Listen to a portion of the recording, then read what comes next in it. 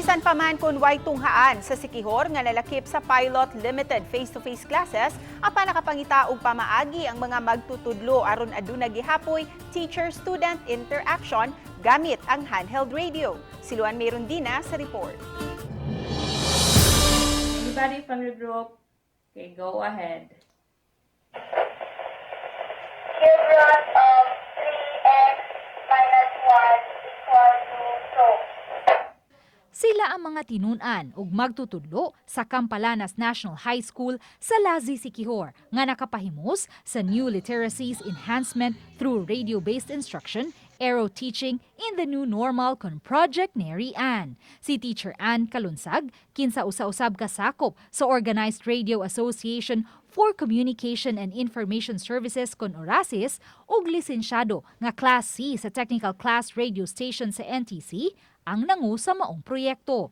Gamit ang two-way handheld radio, mamahimong mapasabot sa mga magtutudlo ang mga learning materials ug mamahimo raw sab nga makatubag o makapangutana ang mga tinunan kung aduna sila'y wa nasabtan sa ilang mga modules. Ma'am, isay ansiyan sa 1 to 5 kaning gumawa sa sariling buol gamit ang story leader at gayahin ang format sa kwaderno. Anaa man sila sa ilang panimay o sa kapilya, Purok Center o bakaha sa Barangay Hall. Ang Campalanas National High School adunay moabot sa 900 ka mga tinunan sa senior ug junior high. Busa mipalit ang tunghaan ug transreceiver ug dugang mga two-way handheld radio. Usa ka inahan sa grade 7 student miangkong may mga bahin sa learning modules nga nanginahanglan gayud og pagpasabot sa mga magtutudlo nga dili mahatag nilang mga ginikanan. Okay kaayo ni aning instruction diri sa balay kay makamonitor man ko nila.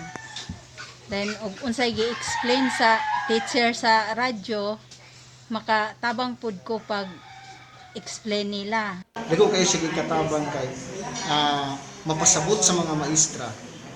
Dili lamang ang module ang muspik sa pagpasabot sa mga bata, pero madunggan sa mga bata ang pag-discuss o pagpasabot sa mga maestra.